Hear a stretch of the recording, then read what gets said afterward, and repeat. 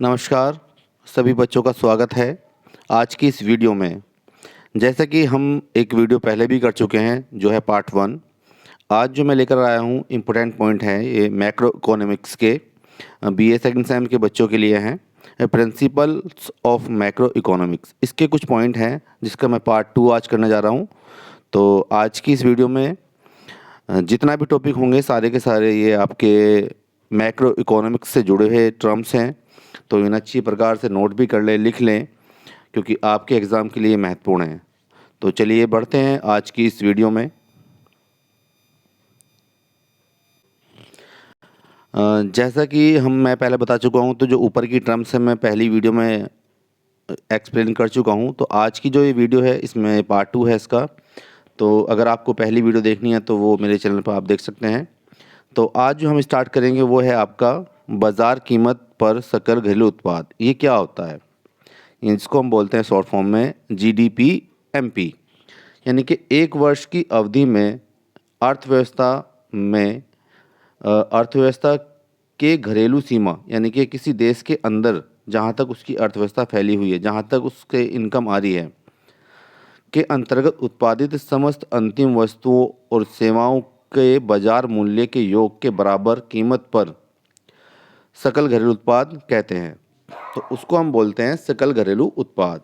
बाजार कीमत पर अगर जो हमारे पास चीज़ें बनी हैं वो एक साल के अंदर, और जहाँ तक भी हमारी इकोनॉमिक्स यानी कि जिसको हम बोलते हैं अर्थव्यवस्था, जहाँ तक भी हमारी जो है या तो हम बोल सकते हैं दूतावास हों, या फिर हमारी जो है दूसरे देश में फैक्ट्रीज़ हों, या फिर हमारे दूसरे देश में जो लोग काम कर रहे हैं उन्होंने जो कमाया है वो, उन सबको मिलाकर जो या फिर जो सेवाएं हमने दी हैं, तो उन सब का जो योग होता है उसी को हम बोलते हैं सकल घरेलू उत्पाद। और जो उसका बाजार कीमत पर मूल्य होता है, उसके बाद इसको निकालने का जो तरीका है वो है, इसमें जो जुड़ता है जीडीपी एमपी, मानिए इसमें से जो माइनस करेंगे वो मूल्यह्रास को घटा देंगे। तो अगर हम मूल्यह्रास घटा देते हैं जीडीपी एमपी में से, तो जो बचेगा वो बचेगा आपका एनडीपी एमपी, यानी कि बाजार कीमत पर निवल देशीय उत्पाद। उसके बाद जो इसमें है इसमें है इसके बाद है कि जो है साधन लागत पर निवल देशी आय, जिसको हम बोलते हैं एनडीपीएफसी, यानी कि एक अर्थव्यवस्था की घरेलू सीमा। ये जो आपकी जो अर्थव्यवस्था की जो घरेलू सीमा है, जहाँ से भी आपको इनकम हो रही है, या जहाँ पे भी आपकी जो कोई एक ऐसी फैक्ट्री, जहाँ तक भी वो सीमा है किसी देश की, तो वो सारी की सारी उसकी अर्थव्यवस्था की सीमा होती है। तो जो घरेलू सीमा है जहाँ पर भी वो देश कंट्री है उसकी घरेलू सीमा, मैं एक लेखा वर्ष यानी कि एक साल की बात कर रहा है, जहाँ पे भी कहीं कहीं पे जो है, जैसे हमारे यहाँ पे जो है 1 मार्च से स्टार्ट होता है, 1 अप्रैल से सॉरी, और 31 मार्च जो है हमारा लास्ट होता है। तो हमारा जो फाइनेंशियल ईयर स्टार्ट होता है जिसको हम बोलते हैं लेखा वर्ष, वो होता है 1 अप्रैल से स्टार्ट होता है और 31 मार्च उसकी लास्ट डेट है। तो उस टाइम पीरियड की बात कर रहा है। मैं उत्पादन कारकों की आय का योग, जो कारकों द्वारा प्रदान की गई सेवाओं के बदले प्राप्त होती है, को देशी आय कहते हैं। नोट एनडीपीएफसी बराबर होता है हमारे पास जीडीपीएमपी माइनस मूल्यह्रास माइनस निवल अप्रत्यक्ष कर। उसके बाद जो है राष्ट्रीय समाहार में हम देखते हैं कि जो बाजार कीमत पर सकल, ये तो हम कर चुके हैं ऊपर। इसके बाद जो इसमें इम्पोर्टेंट है वो है राष्ट्रीय आय, जो नेशनल इनकम है। एक देश के सामान्य निवासियों द्वारा एक लेखा वर्ष में देश की घरेलू सीमा व शेष विश्व से अर्जित साधन आय का योग राष्ट्रीय आय कहलाती है। इसको निकाल भी सकते हैं हम। इसमें आप देख सकते हैं NNPFC इजक्वल टू होगा आपका NDPFC plus NFIA is equal to राष्ट्रीय आय। तो इन सब से, इन दोनों के योग से बनती है राष्ट्रीय आय। इसके बाद आपका एक टर्म है क्षरण। तो जो आय के चक्रीय प्रवाह से निकाली गई राशि मुद्रा के रूप में की क्षरण कहलाती है, यानी कि उसी राशि को हम क्या बोलते हैं, क्षरण बोलते हैं। जैसे कर होते हैं, बचत है, तथा आयात को क्षरण कहते हैं। भरण क्या होता है? आय के चक्रीय प्रवाह में डाली गई राशि, यानी कि जो भी हम पैसा उसमें डालते हैं उसको हम बोलते हैं भरण, और जो पैसा हम निकालते हैं उसको बोलते हैं हम चरण। तो ये भी याद रखना। उसके बाद है इसमें मूल्य वर्धित मूल्य, यानी कि मूल्य वृद्धि। किसी उत्पादन इकाई द्वारा निश्चित समय में किए गए उत्पादन के मूल्य तथा प्रत्युक्त मध्यवर्ती उपभोग के मूल्य का अंतर वर्धित मूल्य कहलाता है। तो एक तो इसमें क्या है कि एक तो जो आपका प्रोडक्शन कर रहा है, एक तो वो मूल्य है कि भाई उसने एक पर्टिकुलर चीज़ का मूल्य रख दिया उसने 5 रुपये। अब जो एक उपभोक्ता है जो उसका यूज कर रहा है, तो वो जो है उस 5 रुपये की चीज़ को तो ले रहा है, पर उस 5 रुपये की चीज़ का उसके लिए कितना मूल्य है, हो सकता है उसके लिए उसका 10 रुपये मूल्य हो। तो जो ये मूल्य का जो अंतर है उसी को हम बोलते हैं वर्धित मूल्य।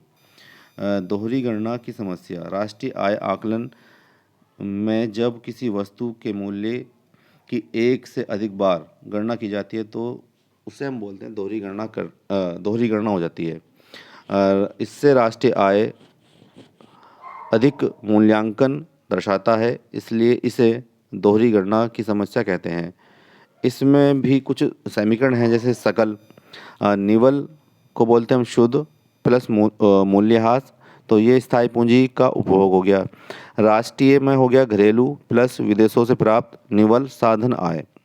बाजार कीमत जो होती है वो होती है साधन लागत प्लस निवल अप्रत्यक्ष कर, यानी कि जो है जितनी भी हमारी कॉस्ट आई है उसको मिला के उस पर जो कर लगते हैं उनसे जो कीमत बनती है उसको हम बोलते हैं बाजार कीमत। उसके बाद है निवल अप्रत्यक्ष कर। जो अप्रत्यक्ष कर कौन से होते हैं, एक तो प्रत्यक्ष कर माइनस सहायकी, यानी कि आर्थिक सहायता, अगर हम उसमें से घटा दें तो जो बचेगा वो होगा आपका अप्रत्यक्ष कर। विदेशों से शुद्ध साधन आय, इसका क्या मतलब है, जो एक तो विदेशों से आय प्राप्त हुई है माइनस विदेशों की साधन आय। राष्ट्रीय आय अनुमानित मापन करने की विधियाँ। तो आय को जो हम माप करते हैं हम किसी भी देश की राष्ट्रीय आय को मापने के लिए, इसके जो है कुछ चरण हैं। जैसे प्रथम चरण में हम क्या करेंगे, साधन लागत पर निवल घरेलू उत्पाद और निवल घरेलू साधन आय। तो NDPF इज इक्वल टू कर्मचारियों का, या फिर जो उनको कर्मचारियों को हम वेतन दे रहे हैं वो, पारिश्रमिक प्लस प्रचलन अधिशेष, यानी कि जो हमारे पे कुछ मतलब हमारे जो फ़ायदा हुआ है वो, प्लस स्वयं नियोजित की मिश्रित आय, यानी कि जो नियोजित का मतलब है जिसने जो काम कर रहा है, जिसने पैसा लगा रखा है, तो उसकी जो मिश्रित आय है।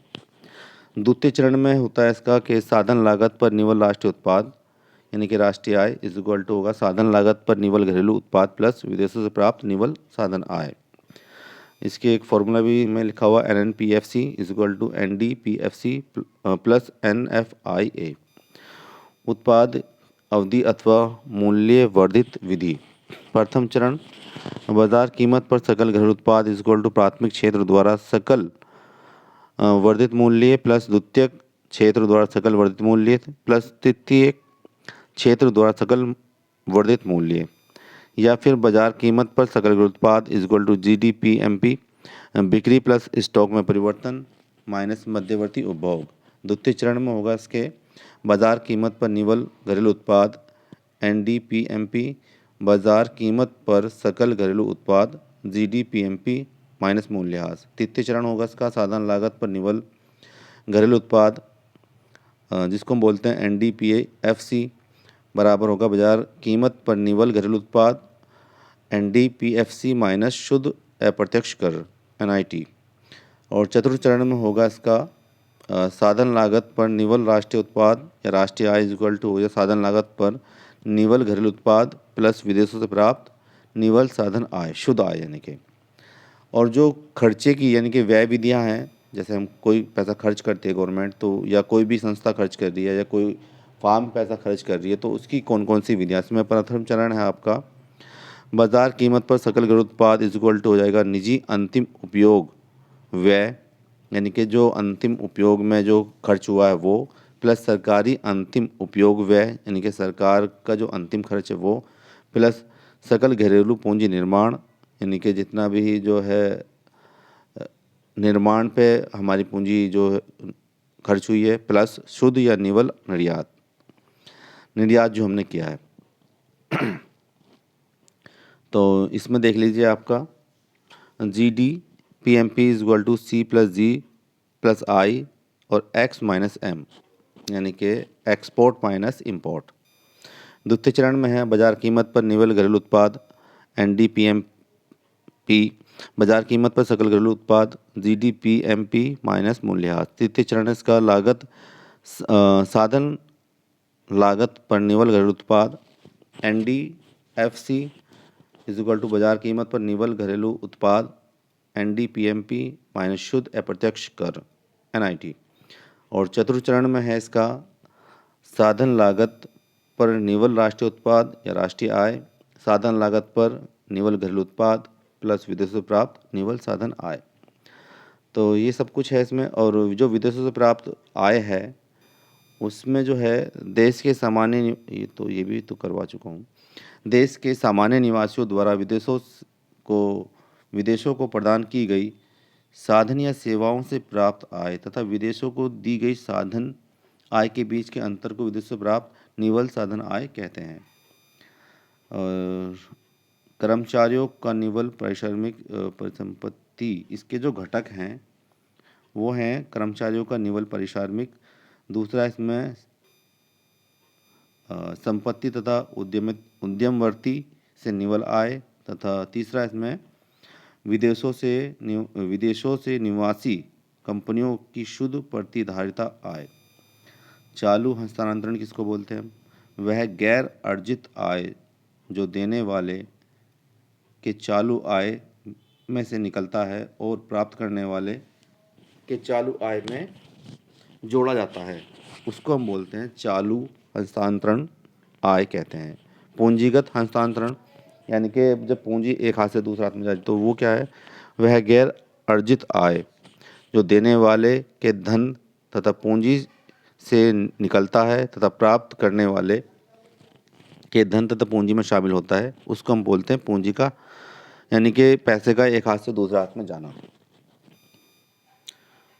उसके बाद है इसमें जो सावधानियां हैं वो हैं आपका मूल्य वर्धित विधि, दोहरी गणना का त्याग, यानी कि दोहरी गणना नहीं होनी चाहिए पैसों की या चीज़ों की, और वस्तुओं के पुनः विक्रय को सम्मिलित नहीं करते हैं, स्वयं उपयोग के लिए उत्पादित वस्तुओं को सम्मिलित किया जाता है।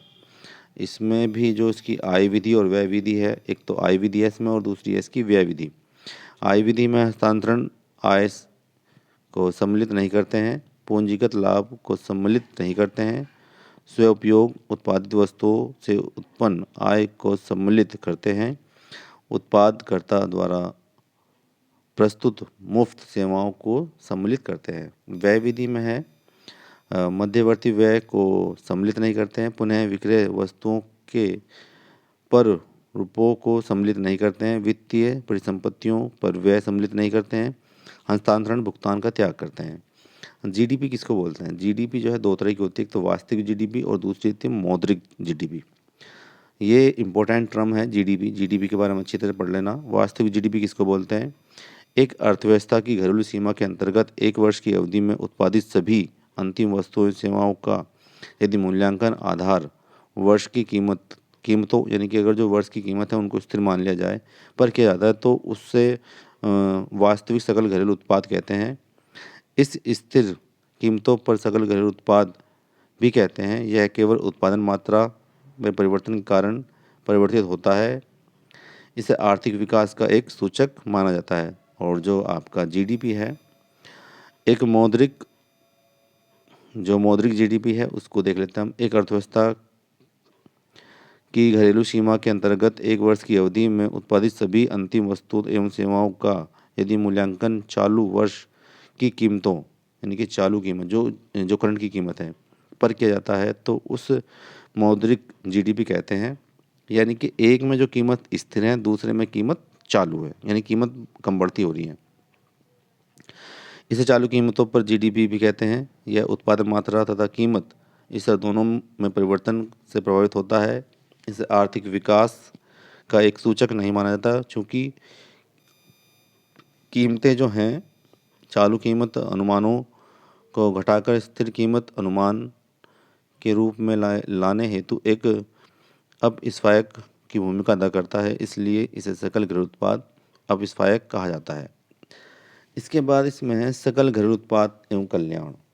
सामान्य सकल घरेलू उत्पाद एवं कल्याण में प्रत्यक्ष संबंध होता है। उच्चतर जीडीपी का अर्थ वस्तुओं एवं सेवाओं के अधिक उत्पादन का होना। इसका तात्पर्य यह है कि वस्तुओं एवं सेवाओं की अधिक उपलब्धता, परंतु इसका अर्थ यह निकालना कि लोगों के का कल्याण पहले से अच्छा है आवश्यक नहीं है। दूसरे शब्दों में उच्चतर जीडीपी का तात्पर्य लोगों के कल्याण में वृद्धि का होना आवश्यक नहीं है। कल्याण क्या है? कल्याण है कि इसका तात्पर्य लोगों की भौतिक सुख सुविधाओं से है। यह अनेक आर्थिक एवं गैर आर्थिक कारकों पर निर्भर करता है। आर्थिक कारक जैसे राष्ट्रीय आय, उपभोग का स्तर आदि, और गैर आर्थिक आय है जैसे वायु प्रदूषण है, कानून व्यवस्था, सामाजिक अशांति है आदि। कल्याण जो कि आर्थिक कारकों पर निर्भर करता है उसे आर्थिक कल्याण, और जो गैर आर्थिक कारकों पर निर्भर करता है उसे गैर आर्थिक कल्याण कहा जाता है। दोनों के योग को सामाजिक कल्याण कहा जाता है। निष्कर्ष में हम देखते हैं इसमें दोनों में जीडीपी एवं कल्याण में प्रत्यक्ष संबंध है, परंतु यह संबंध निम्नलिखित कारणों से अपूर्ण एवं अधूरा है। जीडीपी को आर्थिक कल्याण के सूचक के रूप में सीमाएं निम्न है, यानी कि एक तो बाह्य सीमा है। बाह्यता, इससे तात्पर्य है व्यक्ति या फर्म द्वारा की गई उन क्रियाओं से है जिनका बुरा या फिर अच्छा प्रभाव दूसरों पर पड़ता है, लेकिन इसके लिए उन्हें दंडित नहीं किया जाता। उदाहरण के लिए कारखानों का धुआं नकारात्मक बाह्यता और फ्लाईओवर का निर्माण सकारात्मक बाह्यता है, क्योंकि फ्लाईओवर से कुछ सभी लोगों को फ़ायदा मिलता है, पर धुएं से तो नुकसान ही नुकसान होता है। उसके बाद जीडीपी की संरचना, यदि जीडीपी में वृद्धि युद्ध सामग्री के उत्पादन में वृद्धि के कारण है तो जीडीपी में वृद्धि से भी कल्याण में वृद्धि नहीं होगी। तीसरा, इसमें अगर जीडीपी का वितरण, जीडीपी में वृद्धि से कल्याण में वृद्धि नहीं होगी यदि आय का असमान वितरण है। अमीर अधिक अमीर हो जाएंगे तथा गरीब और अधिक गरीब हो जाएंगे। गैर मौद्रिक लेन देन, जीडीपी में कल्याण को बढ़ाने के लिए गैर मौद्रिक लेन देन को शामिल नहीं किया जाता। तो ये सारे के सारे जो है निष्कर्ष निकले हैं। ये आज का ये वीडियो पूरा हो चुका है। अब जो है इस पे कुछ डिस्कस करेंगे हम इसकी यूनिट फर्स्ट के लिए, यूनिट सेकंड के लिए थोड़े थोड़े टॉपिक होंगे। तो जल्दी ही हम मिलते हैं अगली वीडियो में। आज के लिए इतना ही, धन्यवाद।